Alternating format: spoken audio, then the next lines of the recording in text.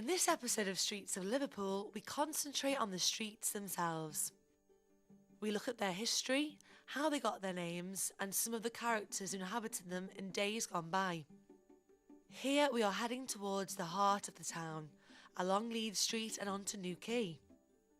Leeds Street takes its name from the Leeds-Liverpool Canal, which originally ended in Old Hall Street.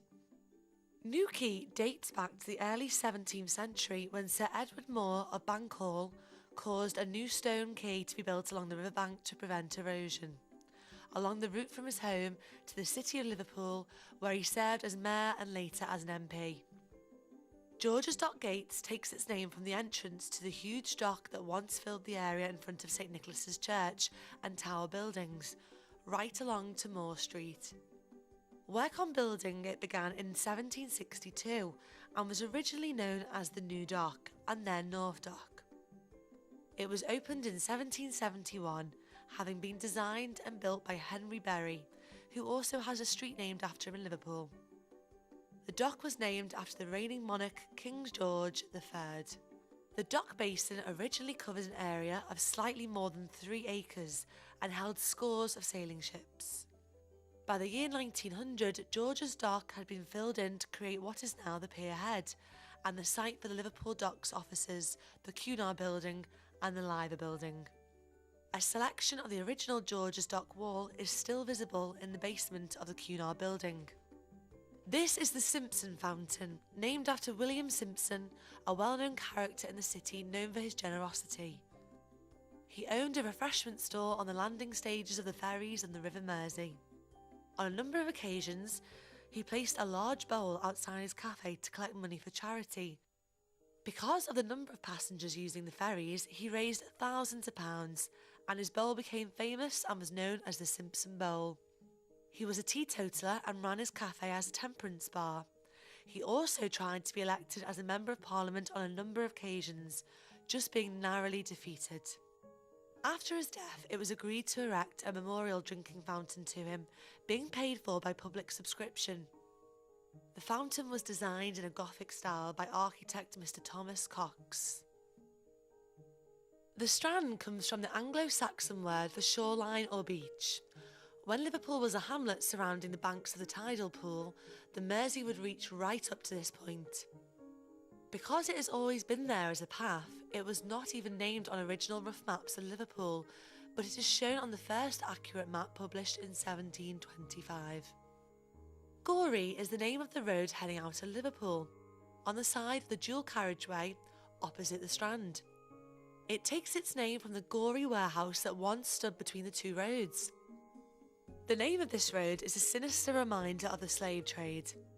As Liverpool expanded during the 18th century, with merchants growing wealthy from the slave trade, they named their warehouses after Gorey, which was a slaving trade island off the coast of Senegal in West Africa. The buildings were burned in 1802 but were rebuilt in 1811. Their huge hulk became incongruous near the Port of Liverpool building and the tunnel ventilation shaft. However, they remained standing until they were damaged in World War II and then were demolished. Lord Street is named after Carroll, the 3rd Viscount Molyneux. The Molyneux were some of the most prominent landed gentry in the area, dating back to the Norman Conquest. Carroll Viscount Molyneux had a colourful story, and as a Catholic was not popular with everyone in Liverpool. He joined the Royalist army at the outbreak of the English Civil War, serving with his brother Richard in the Lancashire Regiment. Through almost all of the fighting from Manchester in 1642 to Worcester in 1651. After the death of his brother in 1654, he succeeded to the family title and became Constable of Liverpool Castle. As a well-known Catholic cavalier, he experienced harsh treatment from the victors and the family estates suffered. It was not until the reign of James II that Molyneux's fortunes improved.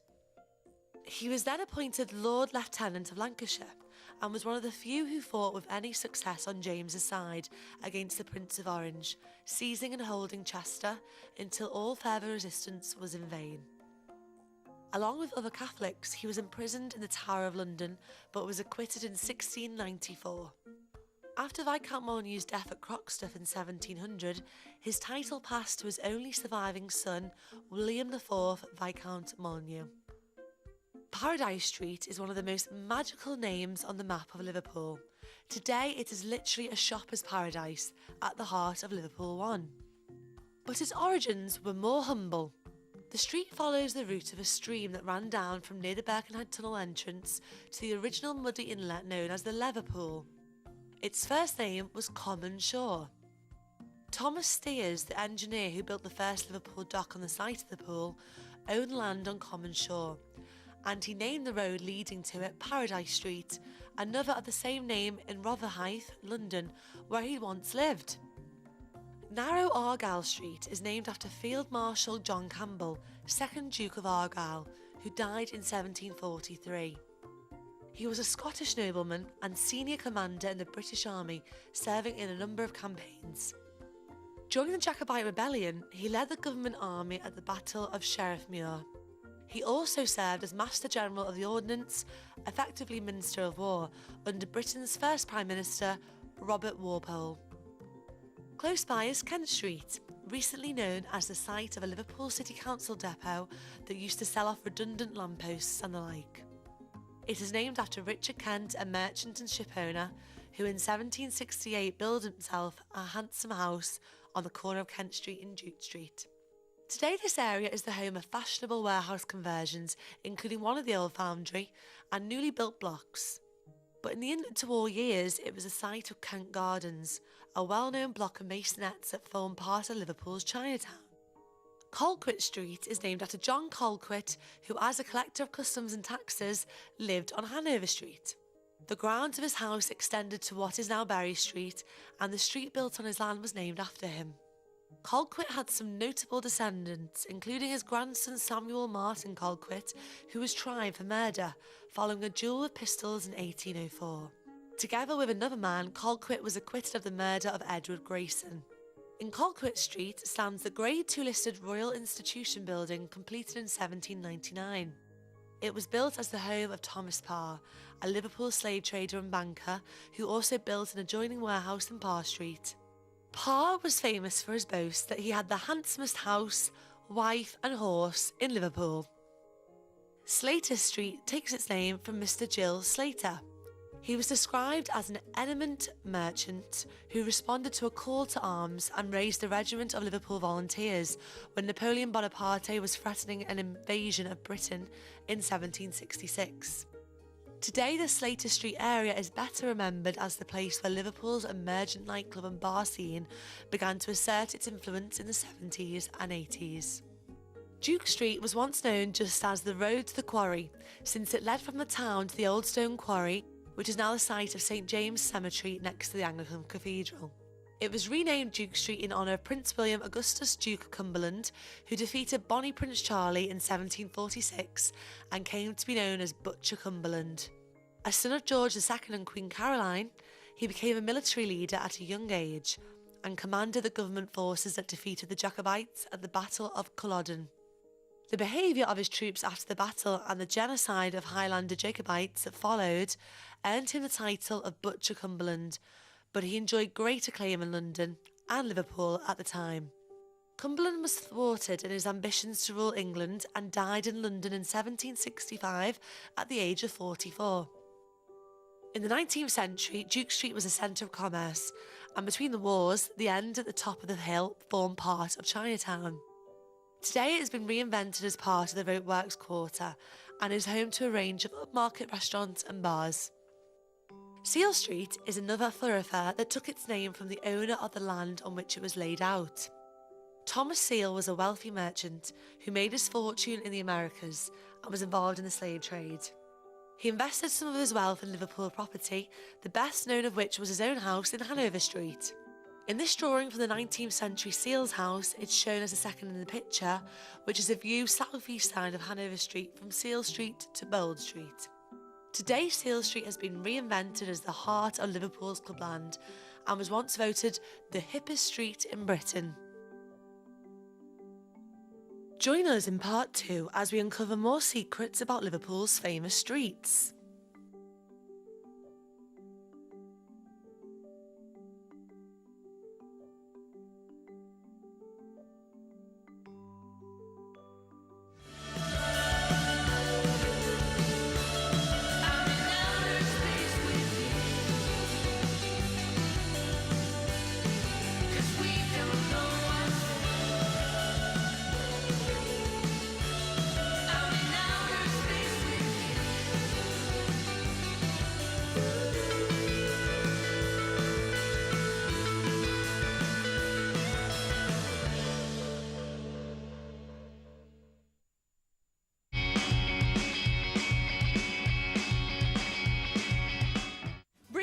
best of Liverpool every weekday. Here on The Lowdown, 6:30 and 8:30 on Made in Liverpool.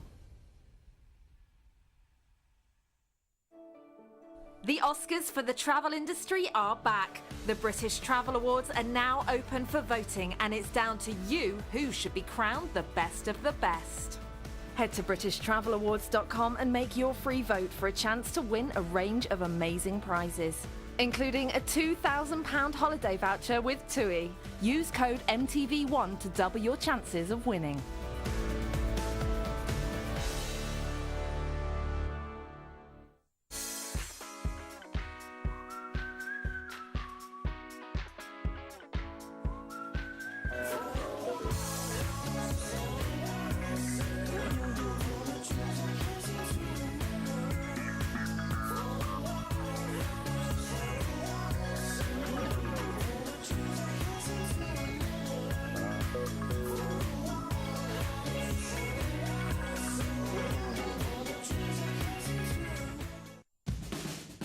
BT Infinity now comes with our lowest ever fibre price.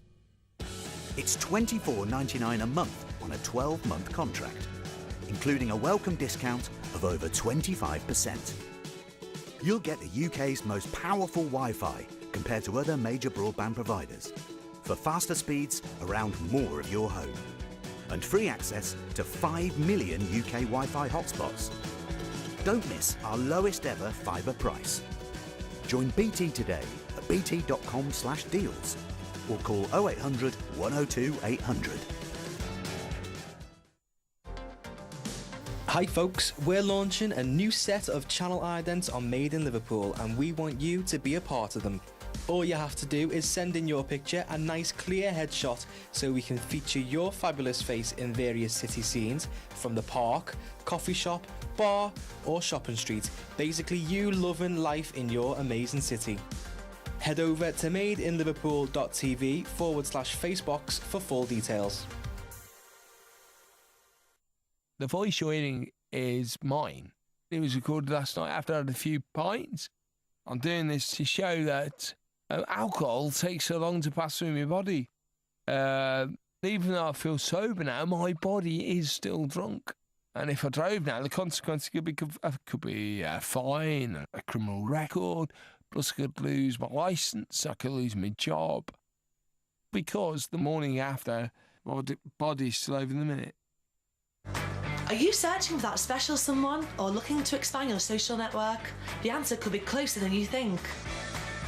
Date Made in Liverpool is your local matchmaking site.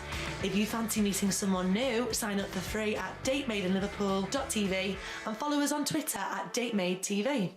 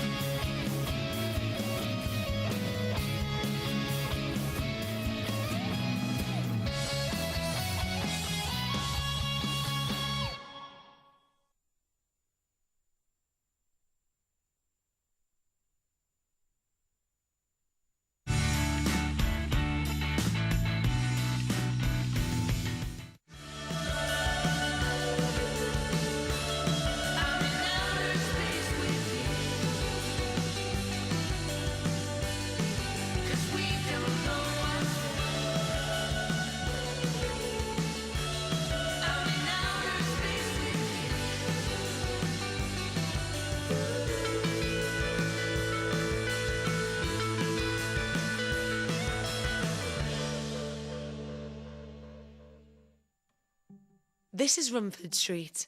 It was named after Count Rumford, Sir Benjamin Thompson. Several of his soup kitchens were set up in Liverpool, and one is said to have stood near Rumford Street. He fought on the side of the British in the American War of Independence, and in 1784 was knighted by King George III. A prolific designer, his Rumford fireplace improved heat output from coal fires and was adopted all over the world. Towards the end of his life, he moved to Bavaria, where he was appointed army minister and made a count of the Holy Roman Empire. Nearby Rumford Place is also famous as the home of the unofficial US Confederate Embassy in Britain during the American Civil War. At the outbreak of war, the Northern Union fleet blockaded Confederate ports to prevent trade and supply of ammunitions of war. The Confederacy had no navy and proceeded to build one from Liverpool. The British government was officially neutral in this dispute, not recognising the Confederacy. Cotton importers Fraser Tenholme, whose office was in Rumford Place, acted as the unofficial Confederate embassy where operations were conducted. Commander Bullock of the Confederate Navy was based in Liverpool, and his prime task was to assemble and run a navy, and the Confederate warship Alabama was built in Birkenhead. Fenwick Street is named after the maiden name of Sir Edward More's wife Dorothy. She was the daughter of William Fenwick of Meldon Hall, Northumberland. Her husband Edward Moore of Bank Hall was a descendant of a family that owned much of the land on which Liverpool was built. A freeman of the city of Liverpool and an MP, Edward Moore died in 1604. Brunswick Street is another road that owes its name to the city's obsession with honouring the German royal house of Hanover, which provided George I as King of England in 1714. He was also the ruler of the Duchy of Brunswick-Lüneburg in the Holy Roman Empire. From the mid-18th century, Brunswick Street became the centre of the banking industry in Liverpool. Hayward's Bank, built between 1798 and 1800 at 5 Brunswick Street, is the oldest purpose-built bank in the city. Tybarn Street owes its name to the Tybarn that was built there in 1514 by the Lord of the Manor. A member of the landed Molyneux family, it was Sir John Molyneux, High Sheriff of Lancashire. A tithe barn was a type of barn used in the Middle Ages for storing rents and tithes. 1/10 a tithe of a farm's produce that was handed to the church and farmers, who then deposited their tithes in barns constructed for this purpose. William Pownall, a merchant and mayor in 1767, died of a chill caught while quelling a riot on Devil's Acre, near Salthouse Dock, during his year in office. The square is named after him. In 1973, the Dandy Pat Fountain was moved to Pownall Square, but this turned out to be a poor move since it was badly vandalised. Dandy Pat was Patrick Byrne, an Irishman who arrived penniless in Liverpool in 1857 at the age of 17. He worked in the docks and bought his way into the licensed trade, owning the lavish Morning Star public house in Scotland Place. His nickname Dandy Pat was due to his ostentatious dress sense. A shrewd businessman, he also became an Irish nationalist member of the City Council and was a benefactor to many Catholic charities. We now look at a set of streets whose names have survived against the odds, since they could so easily have vanished when 19th century office blocks were built around them. Ormond Street is named after James, Duke of Ormond, who was a statesman during the reign of Queen Anne in the early 18th century. Edmund Street was originally Millhouse Lane. It was renamed by Sir Cleve Moore when he married his wife Anne Edmund around the same period. Bixtorf Street is named after Alderman Thomas Bixtorf, Mayor of Liverpool in 1701, who was complimented by the corporation for having paved the street in front of his house by his own hand. St Paul's Square is unrecognisable today from even 20 years ago. It takes its name from the imposing St Paul's Church, which was built there in 1769 on what was then known as the Dogfield. By 1900, the church had become desolate in a wilderness of warehouses, and the church was closed in 1901. The site of the church and churchyard was acquired by the Lancashire and Yorkshire Railway Company to extend Exchange Station, but that never happened, and the building was not demolished until 1931. St Paul's Square then became home to Liverpool Stadium in 1932. It was the venue for countless boxing matches and pop concerts, and later strike meetings in Liverpool Dockers. It was demolished in 1987. In the past decade, the site has been redeveloped and remodelled, breathing new life into the area and extending the city's business district. Prussia Street was named to commemorate the allegiance between England and Frederick the Great in the mid-18th century. The famous artist George Stubbs lived in a house on the corner of Prussia Street. When Exchange Station was built in 1850, many homes were demolished to make way, and Prussia Street was cut in half. The two parts still stand 300 yards apart. Great Crossall Street is said to take its name from a hall or building that was located near the site of Liverpool's Cross. This was a stone cross that stood in the middle of the road at the junction of what is now Tybarn Street. In the 1980s, Bob Parry, the then Labour MP for Scotland Exchange, campaigned for a search to be launched for the missing cross. Mr. Parry, who was born in the area, told how local folklore held that when the cross was demolished or collapsed, it was buried on the side of the road near the spot. No real effort was made to locate the cross, and Mr. Parry died in the year 2000 without his theory being put to test. Addison Street is now a road of semi-detached properties, built thanks to the efforts of the Liverpool Council in the 1980s when Derek Hatton was in control of housing policy. It was named after Joseph Addison, a poet, essayist and statesman who died in 1719. Addison Street was previously known as Sickman's Lane or Dead Man's Lace, a place where in times of plague, sufferers were isolated in cabins. A famous son of Addison Street in the 19th century was James William Carling, a noted Liverpool pavement artist. The son of poor Irish parents, from an early age James was known as the Little Drawer or the Little Chalker and used Liverpool street pavements for his art and to beg for money. Carling was well known because, unlike other pavement artists, he never did the same drawing twice. In 1871, he went to America and found real fame when he won an art competition staged by the magazine Harper's Bazaar. His success was to be short-lived. He returned to England with dreams of studying art school, but he died at the age of 29 in 1187 before he could realise his dream. This is Scotland Road, and what remains of the route that was once famous for having a pub on every street corner. It was originally a turnpike road leading out to the route to Preston via Walton, Burscough and Muggle.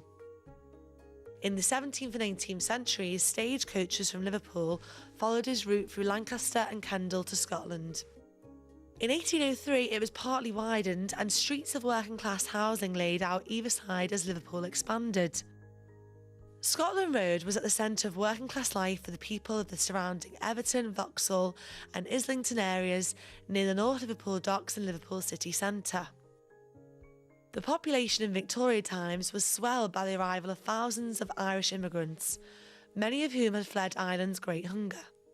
The area became known for having numerous Irish Catholic residents. The Liverpool, Scotland, UK Parliament constituency was represented by an Irish nationalist MP until 1929. Many houses in the area were demolished in the 1930s, and after World War II ended, many more residents were rehoused in new council houses in areas such as Croxteth, Kirby, Huyton, Norris Green and Stockbridge Village, leaving Scotland Road in a state of steady decline. Housing, churches and pubs were also cleared in the 1970s to make way for the second Mersey Tunnel. And it is a fact that there were once 200 public houses in the Scotland Road area, now only a few survive. But an area of regeneration is underway with the £150 million Project Jennifer, which will see a supermarket, shops and homes built on a huge site between Scotland Road and Greater Homer Street. And it is hoped that the boost from Project Jennifer will also herald further improvement on the other side of Scotland Road. So it looks like Scotland Road will be one of the areas of Liverpool that is going to be transformed again beyond recognition. This is a lesson that we have learnt in this series. Liverpool is ever changing. Past and present Liverpool never stands still.